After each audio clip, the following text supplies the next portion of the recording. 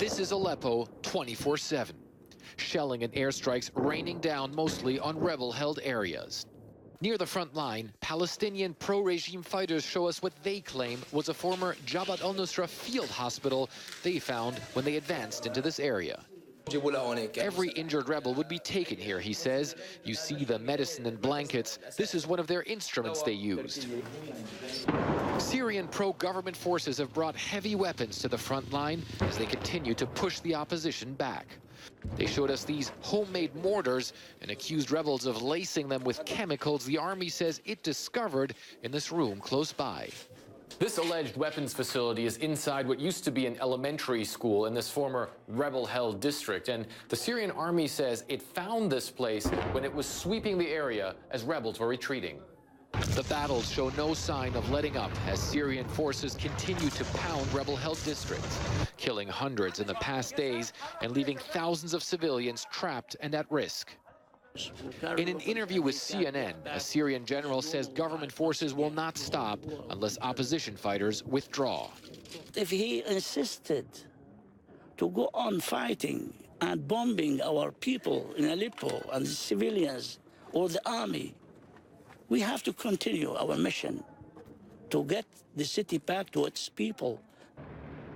And what that means is plain for everyone in Aleppo to see and to hear. And Fred's joining us right now live from Aleppo. Fred, you know, they said to you that this was some sort of chemical weapons, a depot that they'd found there. What do you think, having looked at it?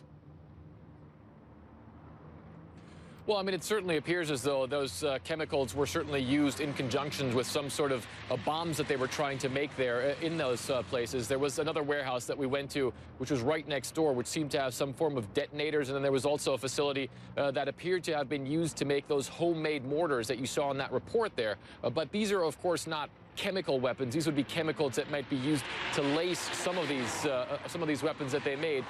And also, it seemed as though some of the chemicals that were found there might have actually been made just to manufacture explosives themselves. But of course, the whole notion of chemical weapons being used is something that both sides have been launching at each other, especially since we had that incident in 2013, of course, that you very well remember, where you had that massive chemical weapons use in Damascus that killed so many people. Ever since then, it really has been a lightning rod topic here in the war in Syria.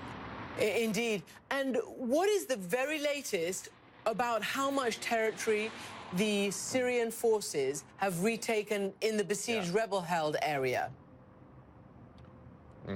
You know, it's very important because only a couple of minutes before we went live to air tonight, the Syrian Observatory for Human Rights came out and said that they believe that the Syrian government has now recaptured 75% of the rebel-held east of Aleppo. They believe in the total of Aleppo, the Syrian government now controls anywhere from 80 to 82% of the city. And, you know, just being here, we can really feel that sense of urgency that the Syrian government seems to have with the massive firepower that it's bringing to bear. I was woken up at 2 a.m. last night because of massive explosions that went off near where we were staying. And when we looked out the window, we could see what looked almost like a scene from Star Wars with tracer munitions being fired, bombs being dropped. You can really feel that the Syrian government is trying to force a decision here in Aleppo. And that, of course, is something that really doesn't bode well for any sort of diplomatic efforts.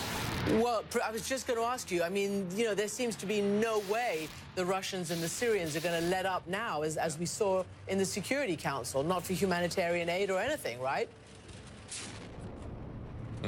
Yeah, I mean, certainly the chances for that seem extremely slim. And when you speak to Syrian soldiers on the battlefield, when you also speak to Russians off the record on the battlefield, they will tell you that they believe they can take this city fairly soon. Now, the timelines that they give you will range anywhere from thinking they could do it by Christmas to saying it could take another 2 to 3 months. But there certainly is a lot of confidence right now on the side of the Syrian government, on the side of the Syrian military, that they can deal a decisive blow to the opposition here. And at the same time, they, of course, know that people who are stranded in the rebel areas, many of them are losing confidence as well, and many of them want to come out at this point in time. So right now, diplomacy really is something that virtually no one believes has any chance of success here in Aleppo.